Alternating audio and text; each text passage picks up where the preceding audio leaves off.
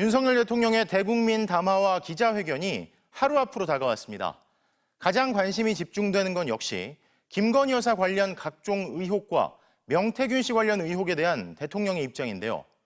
국민의힘 내부에선 이게 마지막 기회란 기류가 퍼져 있지만 정작 어떤 입장이 어떤 식으로 나올지에 대해선 벌써부터 우려하는 목소리도 나옵니다. 지윤수 기자가 보도합니다. 임기 반환점을 앞두고 열리는 윤석열 대통령의 네 번째 공식 기자회견은 주제와 시간 제한 없이 진행됩니다.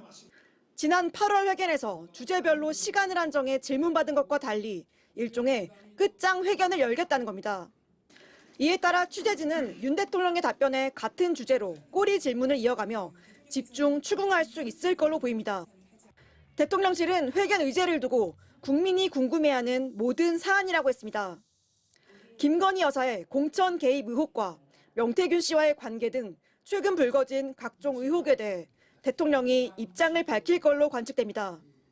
대통령이 사과하고 김건희 여사의 활동 최소화를 약속할 걸로 예상되는 가운데 당내에서는 우려의 목소리가 이어졌습니다. 국민들께서 내일 회견을 들어보시고 말이죠. 예.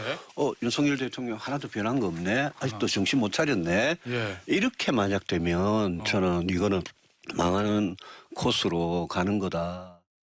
친한계도 김건희 여사의 전면적인 활동 중단 조치가 있어야 한다며 압박 수위를 높였습니다. 한동훈 대표가 말하는 중단은 전면적인 중단을 말합니다. 국정 운영의 방향이 확 바뀌겠구나라고 느껴질 정도의 인적 쇄신이 필요하다고 생각합니다. 한동훈 대표는 중진들을 연달아 불러 의견을 수렴하고 대통령 담화가 변화와 쇄신의 계기가 되길 바란다고 강조했습니다.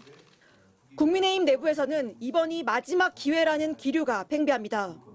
하지만 김 여사의 활동 범위와 사과 수위 등을 놓고 친윤계와 친한계가 뚜렷한 입장차를 보이고 있어 대통령 기자회견이 오히려 당내 갈등만 격화시킬 수 있다는 우려도 나오고 있습니다. MBC 뉴스 지은수입니다.